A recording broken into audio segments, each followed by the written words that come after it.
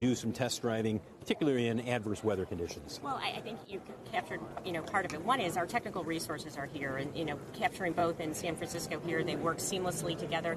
But being here where we can get the cold, the snow, all the different weather conditions, and leverage our Warren Technical Center as well as our Milford Proving Grounds, I think is very, very important. So it's a great opportunity, and we're very pleased that the SAVE Act was passed. Mary, there are reports out of China that General Motors might be one of the automakers that is going to be hit with a fine for price fixing. Have you heard from Chinese authorities that you are the target of an investigation? And what's your thoughts in terms of what's being reported out of China?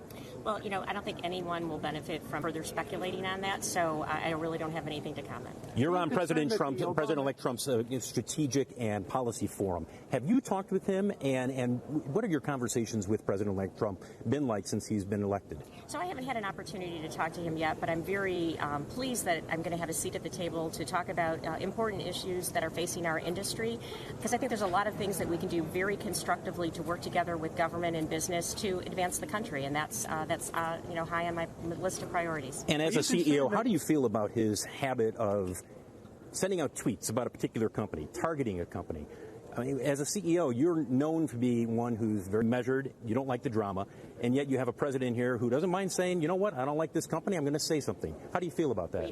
I respect his decision on how he wants to communicate. There's a lot of new tools in communication these days, and, I think working constructively to resolve issues, to raise issues, resolve issues, to seize opportunities, I'm fine with working with the president-elect to do that. And are you worried he's going to redo NAFTA? Are you worried he's going to redo NAFTA? An impact on your future?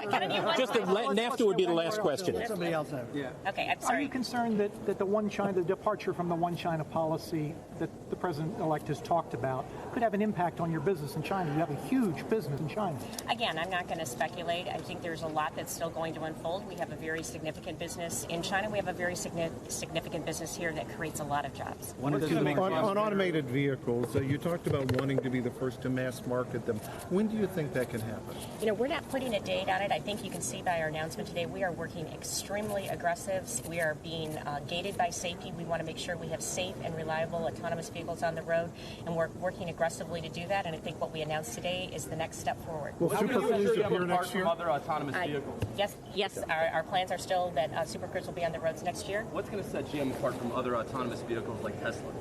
Well, I think, when you look at the fact that we have 100 years of really understanding vehicles, putting them on the road, making sure that we have a safe, high-quality vehicle. Also, we have very strong brands that really create a promise to the customer.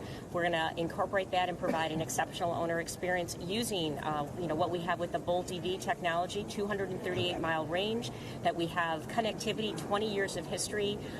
We'll have 12 million vehicles on the road by the end of the year there. So when you take autonomous electrification connectivity, I think we are going to have a very special offering to the consumer. Mary, are you worried about NAFTA being reworked? Detroit versus other parts of the country. I'm sorry. We will work constructively with the president-elect and all the governments that we work to make sure that we have a good balance of trade and do the right thing for the country and the glable operation. What percentage of the work will be done here versus in Silicon Valley and other parts for your testing? It's really integrated. We have a team of over 100 people specifically working on the autonomous vehicles there, but they work seamlessly with some of the great people who are standing behind me here with Pam Fletcher and Andrew and Doug. So it's really a seamless team, and in today's work world, location is important when they can communicate in so many different ways. The testing that we're doing in San Francisco is so important because think about the roads and the experiences that we're capturing and the very crowded roads of San Francisco. Here we get the cold and the snow, and we're going to cover all this. We're going to cover all aspects. So again, thanks everybody. Very quickly, how can you make sure the folks in Warren are safe when sharing the road with your vehicle?